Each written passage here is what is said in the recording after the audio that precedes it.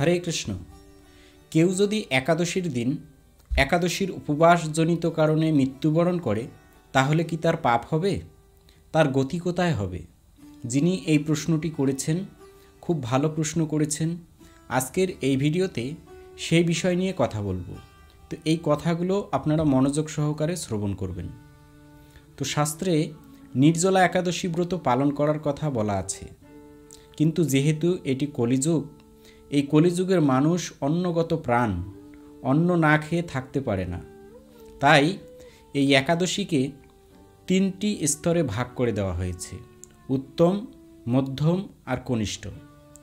উত্তম স্তরের একাদশী হচ্ছে একাদশীর আগের দিন একাহার, একাদশীর দিন নিরাহার, দ্বাদশীতে একাহার। এইভাবে উত্তম একাদশী ব্রত পালন করতে হয়। মধ্যম স্তরের একাদশী হচ্ছে একাদশীর আগের দিন আপনি নিরামিষ আহার গ্রহণ করবেন, একাদশীর দিন সারাদিন আপনি নির্জলা উপবাস করবেন। সূর্যাস্তের পর অনেকে জল গ্রহণ করেন, অনেকে আবার সারাদিন নির্জলা একাদশী ব্রত করে পরদিন সকালবেলা সেই একাদশী ব্রতের পালন করেন। আর কনিষ্ঠ স্তরের একাদশী হচ্ছে একাদশীর আগের দিন নিরামিষ আহার গ্রহণ করা, আর একাদশীর দিন পঞ্চরবি শস্য বাদ দিয়ে ফল, জল, দুধ, বাদাম, অনুকল্প প্রসাদ গ্রহণ করে ভক্তগণ একাদশী ব্রত পালন করেন। তো এখন অনেকেই প্রশ্ন করতে পারেন যে পঞ্চরবি শস্য বাদ দেওয়া হয় কেন? পঞ্চরবি শস্যের মধ্যে একাদশীর দিন সমস্ত পাপের অবস্থান ঘটে। এই জন্য পঞ্চরবি শস্য অর্থাৎ ধান, গম, ভুট্টা, সরিষা জাতীয় যত প্রকার খাদ্য আছে সেই সমস্ত খাদ্যকে বর্জন করতে হয়।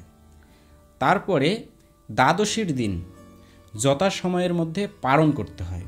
মানে যে পঞ্চরবি শস্য আপনি একাদশীর দিন বর্জন করেছেন সেই পঞ্চরবি শস্য থেকে ভগবানকে ভোগ নিবেদন করে সেই প্রসাদ যখন আপনি গ্রহণ করবেন এই পালনের সময় অনুসারে, তখনই আপনার সেই ব্রতটি সুসম্পন্ন হবে। তো অনেকে কী করেন, একাদশী ব্রতের যথাযথ ফল লাভ করার জন্য নিজের শরীরের ধারণ ক্ষমতা না থাকা সত্ত্বেও নির্জলা একাদশী ব্রতের উপবাস করেন, আর সেই সময় যদি মৃত্যু ঘটে তাহলে কিন্তু পাপ হবে।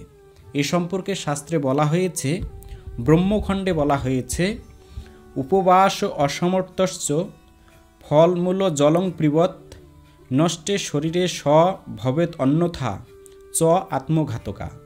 অর্থাৎ উপবাসে অসমর্থ হলে ফলমূল ভোজন ও জল পান করবেন, কারণ উপবাসের ফলে শরীর নষ্ট হলে আত্মহত্যার পাপ হয়।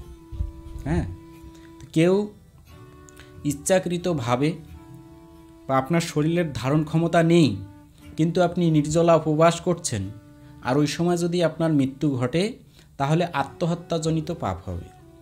আর যদি আপনার শরীরের ধারণ ক্ষমতা থাকে, মানে আপনি নির্দ্বিধায় এই নির্জলা একাদশী ব্রতের উপবাস করতে পারছেন, তাহলে কোনো সমস্যা নেই, খুব ভালো।